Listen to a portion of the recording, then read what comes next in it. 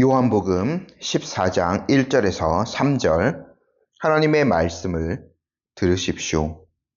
너희는 마음에 근심하지 말라. 하나님을 믿으니 또 나를 믿으라. 내 아버지 집에 거할 곳이 많도다. 그렇지 않으면 너희에게 일렀으리라.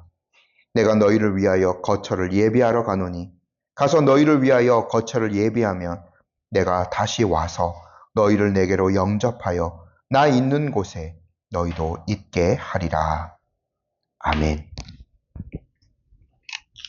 저희가 이제 이번 주부터 시작해서 예수님의 다락방 강화를 본격적으로 살펴보는데요. 이 예수님의 다락방 강화는 말씀드렸던 대로 예수님이 자기 사람들을 끝까지 사랑하시는 그 사랑의 연장선이라고 볼 수 있습니다. 남겨진 제자들을 위해서 너무나 절실한 말씀들, 그리고 그 제자들을 통해 세워질 교회를 위한 아주 복된 말씀들이 여기에 담겨져 있는 거죠. 이 말씀을 하시기 전에 예수님께서는 제자들에게 새로운 계명을 주셨습니다. 저희가 2주간에 걸쳐서 살펴보았는데 지난주에는 특별히 34, 35절 말씀, 새 계명을 너희에게 주느니 서로 사랑하라. 내가 너희를 사랑한 것 같이 너희도 서로 사랑하라. 너희가 서로 사랑하면 이로써 모든 사람이 너희가 내 제자인 줄 알리라.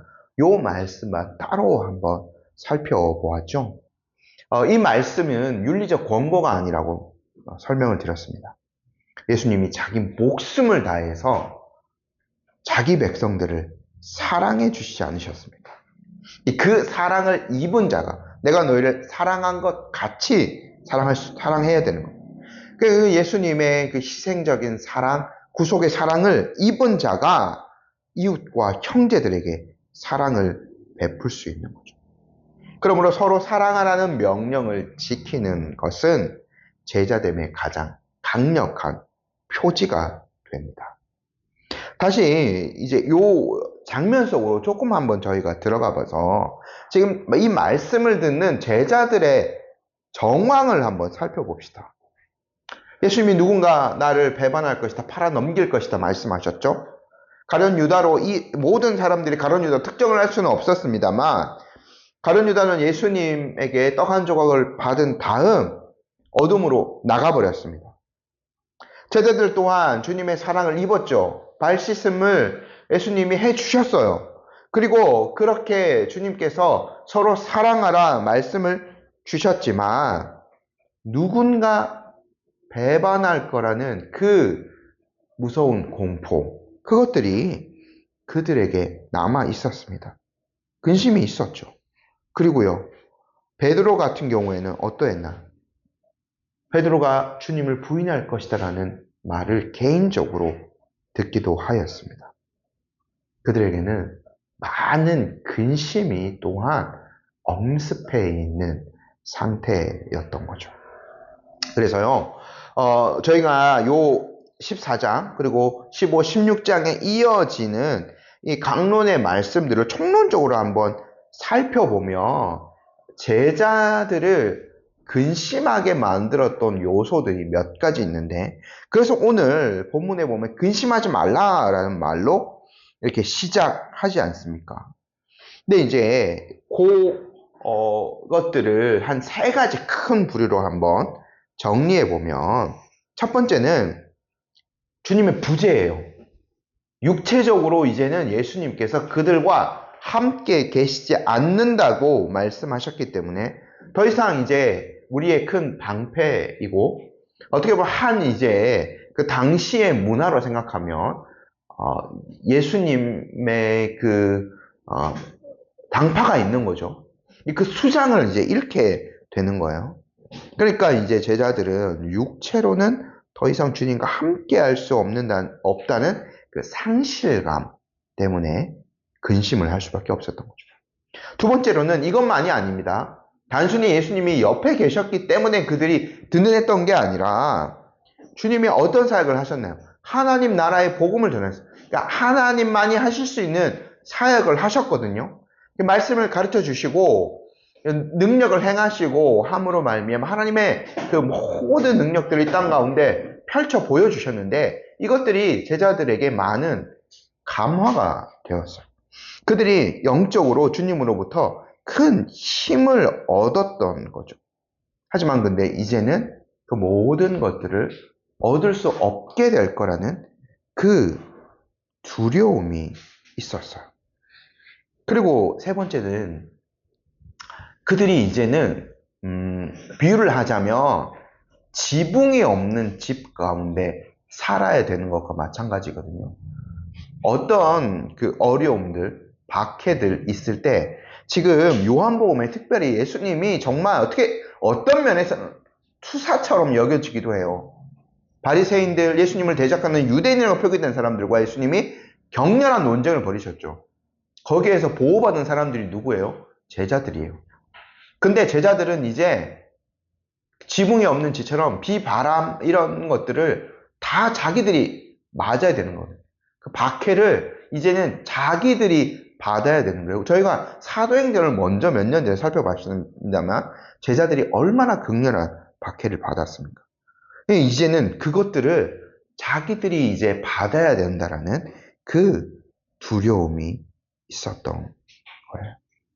그러니까 이제 주님께서 요 14, 15, 16장 3장에 걸쳐서 말씀하시는 것들을 잘 지혜롭게 살펴본다면 예수님은 요 세 가지 정도 큰 요소들로 인하여서 제자들의 심령 속에 일어날 수 있는 괴로움, 근심들을 가라앉혀 주시고 위로해 주시고자 어떻게 그것들을 궁극적으로 극복할 수 있는지 이러한 방안들을 제시해 주시는 거죠. 이제 예수님이 부재한 상황에서 예수님을 대체하는 사역들, 예수님과 동일한 사역을 한다라고 볼 수 있습니다. 그 역할을 하실, 오히려 제자들을 더욱더 강하게 만들어 주실 보혜사 성령님에 대한 가르침이 가득 이 세 장의 강론안에는 차 있는 거죠. 근데 이제 저희가 14장을 따로 분리해 봐서 그렇지, 어떻게 보면 예수님의 그 긴 다락방 강화는 쭉 이어지는 겁니다. 이제 발을 씻기는 것부터 쭉 이어지는데, 14장, 저희가 성경책에 빨간색 글씨 예수님의 말씀 이렇게 되어져 있는 성경책 보면, 이제 14장 1절부터 딱 이제 내가 이제 강화를 시작한다? 딱 해서 예수님이 땡 종치고 이렇게 하는 게 아니라 쭉 이어지는 스토리 안에서 그것들이 이어지는데, 사실 마지막에 예수님이 하신 말씀이 뭐냐면 13장에서요 베드로의 부인을 예고하는 말씀이지 않았습니까? 예수님이 13장 마지막 그래서 이렇게 말하죠. 예수님과 함께 죽을 수 있을 겁니다. 나 예수님과 같이 죽을 거예요. 이렇게 호언장담하던 베드로에게 이렇게 말씀하시잖아요. 네가 나를 위해 목숨을 버리겠느냐? 내가 진실로 진실로 내게 이르노니 닭 울기 전에 내가 3번 나를 부인하리라. 이런 말씀을 하신 다음에 너희는 마음에 근심하지 말라라는 말로 이렇게 시작되거든요. 그러니까 베드로도 굉장히 어떻게 보면 크게 당황하였을 거예요. 근데 이거는 베드로만 그런 게 아니라 다른 어떤 그 복음서와 살펴보면 베드로가 대표적으로 이렇게 말한 것이고, 다른 모든 제자들도 주님과 함께 우리 주님을 끝까지 따라가겠다고 말하거든요. 예수님은 결코 그럴 수 없을 거라고 제자들에게 말씀하신 거예요. 그 다음에 이제 이 내용들이 이어지는 겁니다. 제자들이 아마 마음들이 많이 요동쳤을 거예요. 어떻게 보면 자기들의 속마음을 들킨 것일 수도 있으니까요. 그래서 예수님이 곧바로 이런 말씀을 하시는 거예요. 저희 1절 말씀을 다시 한번 읽어보겠습니다. 너희는 마음에 근심하지 말라. 하나님을 믿으니 또 나를 믿으라. 예수님이요, 근심하지 말라. 요 말씀으로 하신 그 헬라어 단어는 타라소라는 단어를 쓰셨는데요. 이거는 휘젓다, 소란하게 하다, 불안하게 하다, 요동시키다 이런 뜻을 갖고 있다고 합니다. 그러니까 그런 거죠. 저희가 맑은 물이 흐르는 그 개천을 보더라도 아래에는 돌과 흙이 쌓여져 있습니다. 그거 어지럽히는 거 순식간이에요. 그냥 막대기 가지고 손으로 해도 되죠. 확 한번 휘저으면 안에 있는 흙, 모래, 돌 올라와서 그 맑은 물이 그 주변에 있는 금방 흙탕물이 되어져 버립니다. 제자들의 마음이 지금 이렇게 한번 휘어져 버린 상태랍니다. 그래서 온갖 두려움, 의심, 혼란으로 가득 차 있어요. 사실요, 궁극적인 어떤 답을 말씀드리자면 이 혼란, 그리고 제자들의 이 근심, 이 모든 것들의 궁극적인 원인은 뭐냐면 이들이 예수님이 그 앞전에 말씀하신 얻으실 그 영광, 이것에 대해서 너무나 무지하였기 때문에 영광을 얻으시는 것이 무엇인지, 그 영광을 얻으시기 위해서 죽음이 왜 필요한지 이것들을 제자들은 이해하지 못했어요. 그러니까 온통 자기 자신, 베드로가 나 할 수 있습니다라고 자기 자신만 의지하고 있잖아요. 그럴 수밖에 없었고, 하지만 연약한 자신을 보면 볼수록 그들에게는 근심이 쌓일 수밖에 없었던 거죠. 그래서 그들의 마음까지 꿰뚫어 보시는 예수님께서 말씀하신 거예요. 너희는 마음에 근심하지 말라고. 이거는 예수님이 야 너희들 그냥 아무 감정도 가지지 마. 차갑게 이렇게 감정을 누르라고 하신 말씀이 아닙니다. 오히려 그들의 요동치는 마음을 잠잠케 하시는 능력이 있는 선포예요. 그리고 따뜻한 위로의 초청입니다. 주님은 누구보다 그들을 잘 알고 계셨어요. 그들을 누구보다 사랑하셨기 때문에. 그들의 연약함을 아시기 때문에 그 연약함을 품어주시고 싶었어요. 그래서 그 근심을 이길 수 있는 유일한 길을 제시해 주시죠. 그것은 바로 믿음입니다. 그래서 두 번째에 보면 하나님을 믿으니 또 나를 믿으라 라는 말을 하시는데요. 요거는 둘 다 명령어라고 볼 수 있습니다. 하나님을 믿으라, 그리고 나를 믿으라 라고 예수님이 말씀해 주신 거예요. 주님의 말씀의 핵심은 뭐냐면 너희가 이미 창조주 그리고 섭리하시는 그 성부 하나님을 믿고 있지 않느냐? 그렇다면 이제는 그 성부 하나님을 온전히 제시하는 나, 바로 너희의 주와 선생인 나를 더욱더 굳게 신뢰하라 라는 명령이에요. 저희가 마르다와의 대화에서도 좀 살펴봤는데 이들에게는 유대인적인 믿음이 기본적으로 바탕에 깔려져 있어요. 하나님에 대한 믿음은 공통적으로 소유를 하고 있어, 성부 하나님에 대한. 그러나 이 제자들의 믿음은 종종 흔들렸죠. 특별히 예수님이 정말 하나님의 아들이신가, 그분의 신성, 그분의 사역, 그분의 이 궁극적인 어떤 이 땅에 오신 목적들, 이것에는 아까 말씀드렸던 대로 온전한 이해에 이르지 못했어요. 그래서 주님은 이제 그들의 믿음의 대상을 분명히 해 주십니다. 하나님 아버지와 동등하신 나를 믿음의 대상으로 제시해 주시는 거죠. 이 믿음, 곧 전능하신 하나님과 그의 아들 예수 그리스도에 대한 흔들리지 않는 신뢰야말로 모든 근심, 모든 두려움을 이기는 유일한 길임을 주님께서 제자들에게 먼저 말씀하여 주신 거죠. 그리고요, 두 번째로는 그보다 더 나아가서 오히려 내가 너희를 떠나는 것이 너희에게는 더 유익이 된다라고 말씀하세요. 2절 말씀 저희 함께 같이 읽어보겠습니다. 내 아버지 집에 거할 곳이 많도다. 그렇지 않으면 너희에게 일렀으리라. 내가 너희를 위하여 거처를 예비하러 가노니.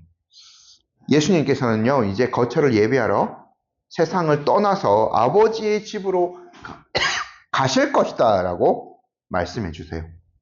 저희가요, 요한복음에서도 아버지의 집을 한번 동일한 요 표현을 살펴본 적이 있습니다. 기억이 나신지는 모르겠지만 2장에서 예수님이 성전 정화를 하실 때, 이 성전을 두고 아버지의 집을 두고 강도의 구려를 만들지 말아라고 예수님이 하신 적이 있죠. 그 다음에 예수님의 어린 시절 일화가 이제 실려져 있는 누가복음 2장 같은 경우에도 내가 내 아버지의 집에 있어야 될 줄을 알지 못하셨습니까? 라고 그의 육신의 부모에게 말씀드리신 적이 있죠. 그래서 예수님이 1차적으로 아버지의 집이라고 표현하신 장소는 성전인데요. 지금 말씀하시는 이 아버지의 집에 거할 곳이 많다라는 것은 예수님이 승천하신 그 이후를 말씀하신 거예요. 승천하신 이후에 거하실 바로 그 장소, 그곳은 하늘이죠. 하나님께서 임재해 계시는 영광스러운 그곳, 우리가 흔히 천국이라고 표현하는 바로 그 장소를 의미하는 것입니다. 하지만 이 장소는 성부 하나님과 성자 예수님만 거하는 장소가 아니죠. 우리 믿는 자들 또한 궁극적으로 거할 초소가 거기입니다. 예수님이 부활하신 다음에 이렇게 말씀하세요. 요한복음 20장 17절입니다. 예수께서 이르시되 나를 붙들지 말라. 내가 아직 아버지께로 올라가지 아니하였노라. 지금 이제 요 말씀과 연관되어지죠. 너는 내 형제들에게 가서 이르되 내가 내 아버지 곧 너희 아버지 내 하나님 곧 너희 하나님께로 올라간다 하라 하시니, 이렇게 표현해 주셨어요. 내 아버지, 너희의 아버지, 내 하나님 곧 너희의 하나님. 여기로 예수님께서 가시는 거예요.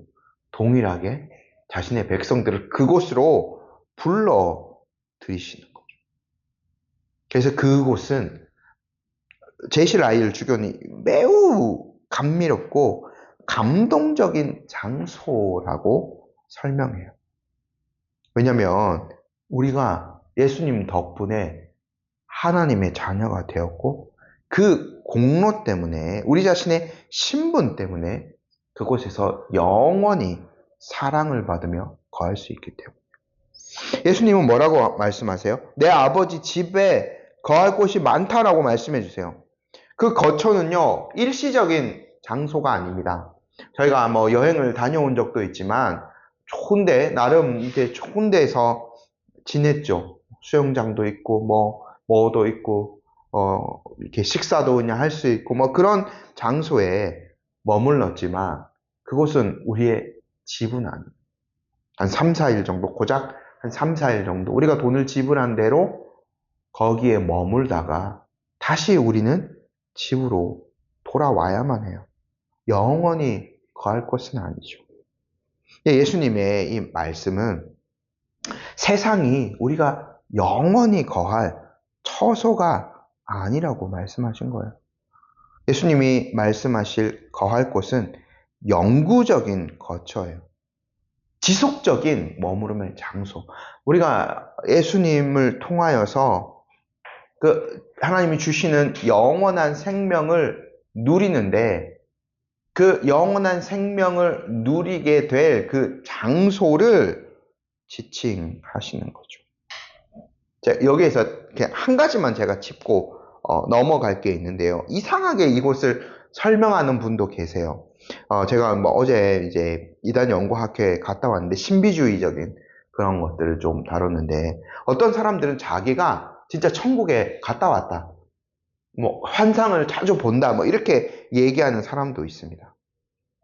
천국에 대해서 얘기할 때 우리가 여기 이제 내 아버지 집에 거할 곳이 많다라는 여기를 이제 그 킹제임스 성경 1611년도에 번역된 그 킹제임스 성경은 맨션이라는 그 단어로 번역했는데, 오늘 지금 우리 아파트와 좀 비슷한 거죠. 그래서 어떤 사람들은 자기가 천국에 갔다 오니까 간증을 막 하고 돌아다니면서 순교자들이나 전도를 많이 한 사람들이 수십 층짜리 맨션에서 살고 있더라, 이렇게 얘기하기도 합니다. 이건 뭐냐면, 우리가 이런 아파트 한 동을 자기가 소유하고 거기서 거한다면 엄청 좋은 것 같죠.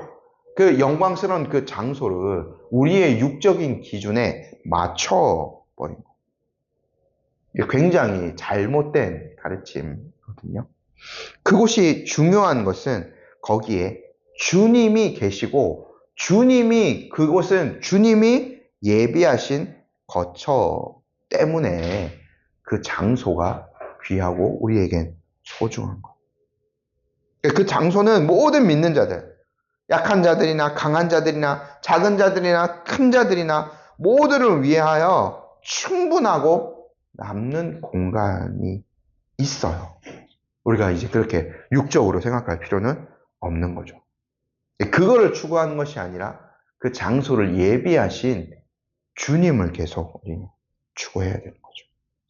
예수님이 말씀하신 거는 뭐냐면 자기 떠나시는 것, 죽으심과 부활, 예수님의 승천하심, 이별, 그런 것들은 단순한 어떤 그 인간적인 헤어짐이 아니란 거죠.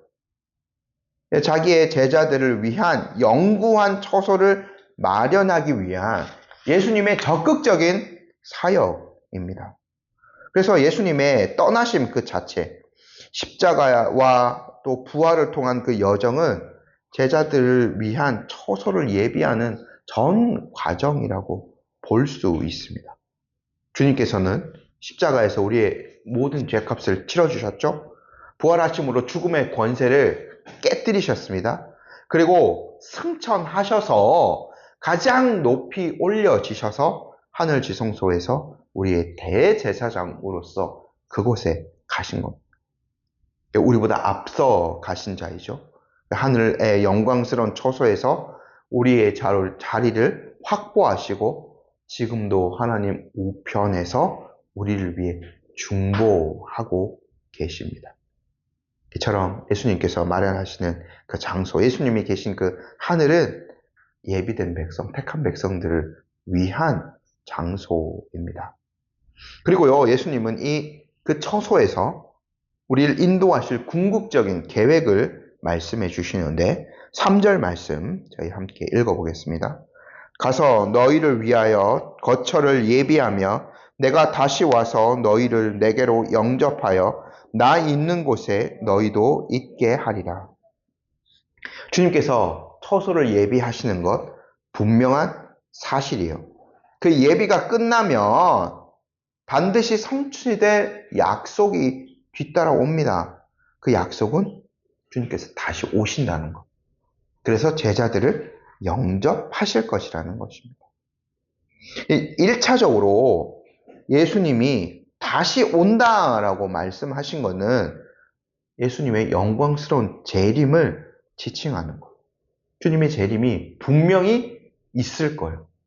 저희가요, 예수님의 이 땅에 오심, 성탄절에 즈음에서 많이 기념하고 이야기하는데 실제로 예수님은 역사 가운데 한 시점에서 저희가 기원전과 기원후를 나누는 그 기점을 예수님의 탄생으로 삼듯이 실제로 그거는 역사의 일부였어요. 역사의 한 사건이었죠.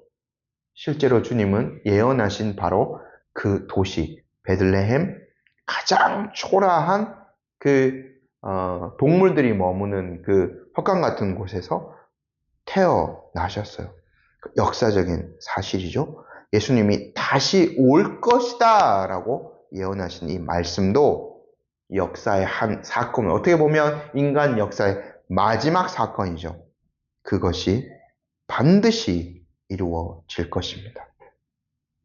그래서 예수님이 제자들을 영접하시고 그 제자들을 통해서 세워질 모든 교회에 속한 성도들을 영접해 주실 거예요. 믿는 자인 우리들을 내버려 두지 않으시고 친히 우리를 다시 데리러 오실 것입니다. 그래서 예수님께서 제자들을 향해서 너희를 내게로 영접할 것이다 라고 말씀하시는 거죠.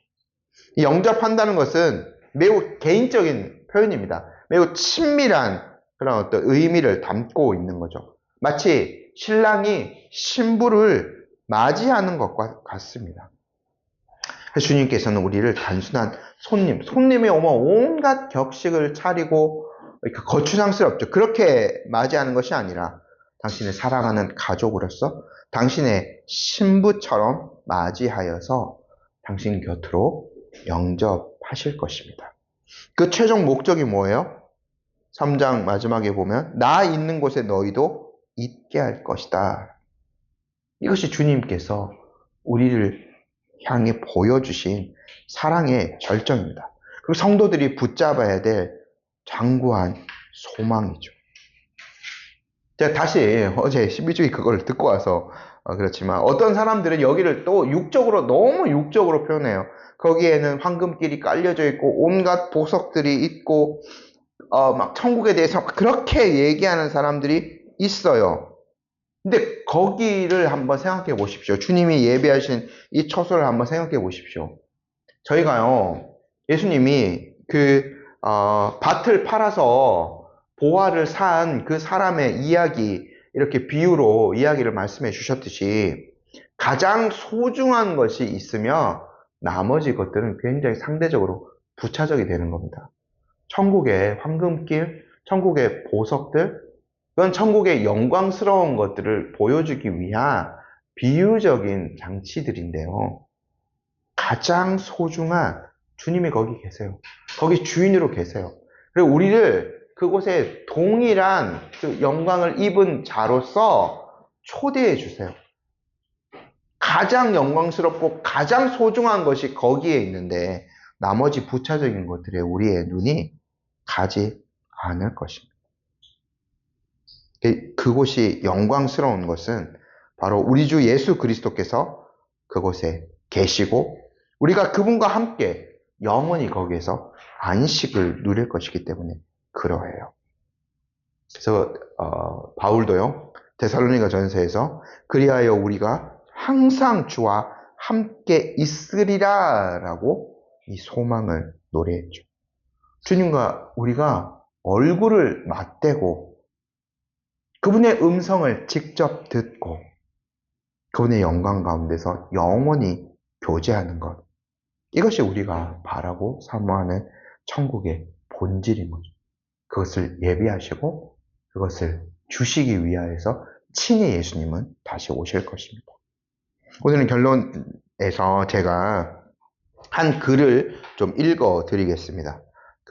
백스터 목사님이 쓰신 성도의 영원한 안식의 일부를 제가 좀 읽어 드리며 설교를 마무리하고자 합니다. 들어보십시오. 우리의 안식이 지닌 안식의 탁월함은 그것이 전적으로 완전하고 온전하다는 점입니다. 그때 우리는 슬픔 없는 기쁨을, 피곤함 없는 쉼을 누릴 것입니다. 지금 이 땅에서는 우리의 능력 안에 죄성이 섞여 있듯 위로 속에도 고통이 섞여 있지만 그때에는 전혀 그렇지 않을 것입니다.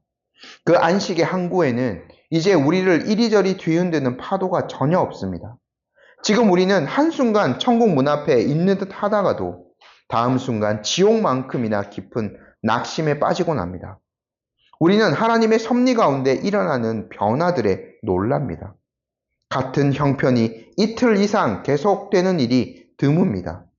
오늘은 건강해서 죽음의 쓴맛이 지나간 줄로 여기지만 내일은 병들어 곧 죽을 것 같다는 생각에 사로잡힙니다. 오늘은 사람들로부터 존중을 받다가도 내일은 멸시를 받습니다. 오늘은 친구들이 있지만 내일은 아무것도 없습니다. 오늘은 기뻐하다가도 내일은 슬픔에 잠깁니다. 그러나 하늘나라에는 이런 변덕이 없습니다. 온전한 사랑이 두려움을 내쫓는다면 온전한 기쁨은 슬픔을 내쫓고 온전한 행복은 고통의 흔적까지 모두 사라지게 할 것입니다. 마지막으로 그 안식은 영원한 안식입니다. 만일 그 안식이 언젠가 끝난다고 생각한다면 그 생각만으로도 그 모든 기쁨이 씁쓸해질 것입니다. 오히려 그 안식이 지닌 탁월함 때문에 그것을 잃어야 한다면 더 큰 고통이 될 것입니다. 우리가 누리는 기쁨이 얼마나 짧은지를 안다면 어찌 참된 기쁨을 누릴 수 있겠습니까? 우리가 종으로 있을 때에는 생명이란 일시적인 임대계약과 같아서 우리가 가진 것은 잠시 맡겨진 것 뿐입니다. 그러나 요한복음 8장 35절 말씀처럼 아들은 집에 영원히 거합니다. 처음에 인간이 살았던 에덴의 낙원에는 나갈 길은 있었지만 다시 들어올 길은 우리가 찾지 못했습니다. 그러나 이 영원한 낙원에는 들어오는 길은 있어도 나가는 길은 없습니다. 이것이 바로 성도의 영원한 안식입니다. 이렇게 이제 우리가 누리게 될 안식에 대해서 표현을 했거든요. 예수님은 이 영원한 안식을 제자들, 그리고 택하신 자기의 백성들, 우리에게 주시기 위해 땅에서 사역하셨고, 승천하셨고, 하늘에서 지금도 사역하고 계시고, 또 믿는 자들을 영접하기 위해서 다시 오실 것입니다. 이런 그리스도의 은혜가 얼마나 놀랍습니까? 우리에게 영원한 저주가 아니라 영원한 생명과 안식을 주시기 위해 모든 사역을 감당하신 이 그리스도를 우리가 붙잡아야 하지 않겠습니까? 그래야 주님 예비하신 곳에서 그분의 사랑을 영원히 마음껏 누려갔으면 좋겠습니다. 아멘. 함께 기도드리도록 하겠습니다.